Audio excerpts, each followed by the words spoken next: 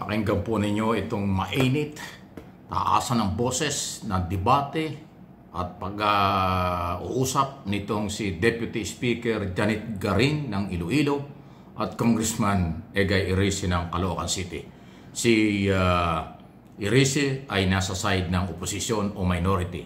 Ito naman si Garin ay nasa side ng majority. Ito, ang tindi po ng sagutan nila tungkol sa iso pa rin po ng nangyayari sa ating bansa. Kaya na po bahala magpasya, sino ba ang kapanipaniwala rito? Walang preba. If we want to reform the system, let us reform the system through a transparent budget process. Huwag yung turo dito, turo doon, kasi gulong-gulo na ang Pilipinas. Gulong-gulo na ang mga tao. Let's base our comments on statements, on facts. This is precisely my point. Kaya nga po nagtatago na sila lahat. This is precisely my point, Mr. Speaker.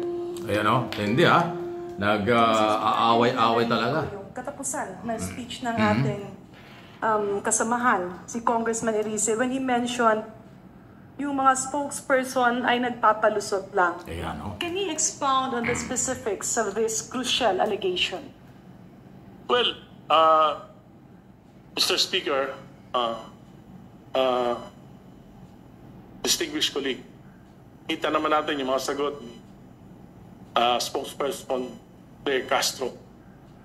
Kung naririnig po siya, kuminsan po, parang na-imagine ko, pag galit na galit sa akin yung asawa ko, ayaw ko na marinig. Yung mga susunod pang sasabihin. Parang butangero ang dating. Bukod sa acerbic, ililigaw po at instead na magkaroon ng clarity sa mga tanong, ay ibinabalik lang po sa ibang mga issue. Kaya sa tingin ko... Mr. Speaker, can we categorically ask the Honorable Erice what specific statement of the spokesperson is he referring to and it's alleging to as palusot?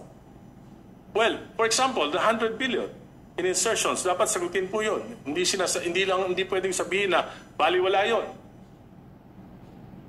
Yung 100 billion insertions, dapat po sagutin. Kasi po nakita ko yung mga ilistahan nun. For example, doon sa 100 billion in insertions, merong 1 billion for Philippine Coconut Authority.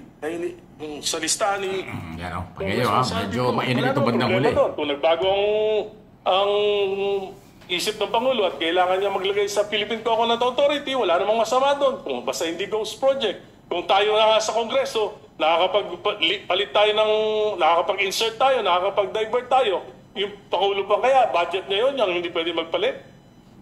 In other words, Mr. Speaker, distinguished colleagues, ang sinasabi po ba ng ating kagalang-galang na kongresista ay yung mga ipinapasok na line item during the bicameral conference committee, or the Committee on Appropriations of both houses, are recommendations from the President? Yes. Mr. And he can change his mind anytime. May you reiterate? Pasensya na po, medyo hindi po klaro yung last statement. You can check the...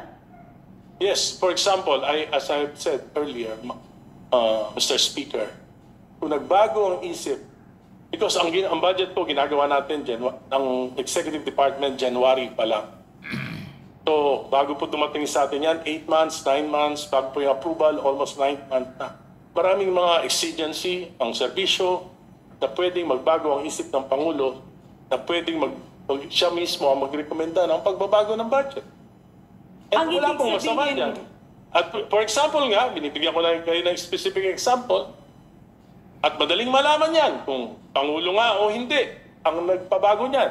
Patawag lang natin yung administrator ng Philippine Coconut Authority, tanong natin saan galing yung 1 billion na insertion. Hindi po ba nararapat, Mr. Speaker, distinguished colleagues, nang dapat nating tanungin ay ang miyembro ng Bicameral Conference Committee dahil ito naman ang naging proponent doon sa mga alleged insertions.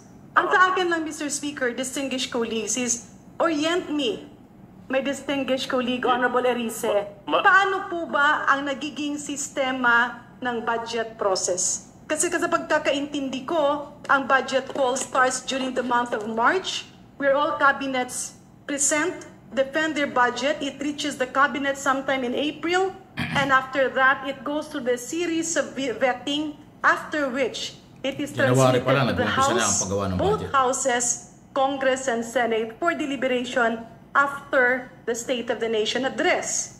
Pagkatapos po doon ay nagiging GAB, nagiging GAA, pero doon po merong prosesong first reading, second reading, third reading, bicameral conference committee meetings, at Yan, nagkakaroon na proseso. nga ng pinal na bersyon kung saan pinipirmahan ito ng presidente bilang pagsang-ayon doon sa ginawa na ng both houses after deliberation.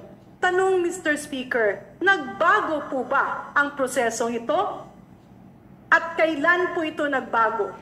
Noong 19 Congress po, Mr. Speaker, nagbago po dahil napaka-super majority ang ating Kongreso Alin po at ang napaka-malakas specific? po. Anong nakaraan po, wala po ako, nandun po kayo. Nung nakaraang 19 Congress, naroon po, Mr. Speaker, si Congresswoman Garin, ako po wala nung 19 Congress. Pero alam po natin na napakalakas po ng Committee on Appropriations Chairman na si Congressman Saldico. Palagay ko po, hindi ganon, hindi mangyayari ito sa ating national budget. So ang naging problema, Mr. Speaker, ay ang naging kinatawan or head ng Committee on Appropriations, pero hindi na bago ang proseso ng pag-approve ng Right. budget. Is that what I'm getting? Well, may mga pagbabago po dahil Alin po ang maging- specific na pagbabago, Mr. Speaker, For example sa po budget yung- process?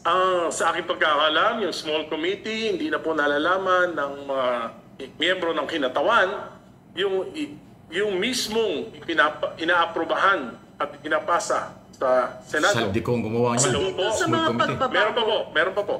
sa dito sa pagbabago, Honorable Erice, nakasaad ba dito na yung presidente ay nagbibigay ng proposal during the bicameral conference committee meeting? Ayan talaga. So, mainit po yan at nagtaasan talaga ng boses eh. So, expected naman na ganyan po ang magiging galaw ni Congressman Erice dahil siya po ay nasa oposisyon.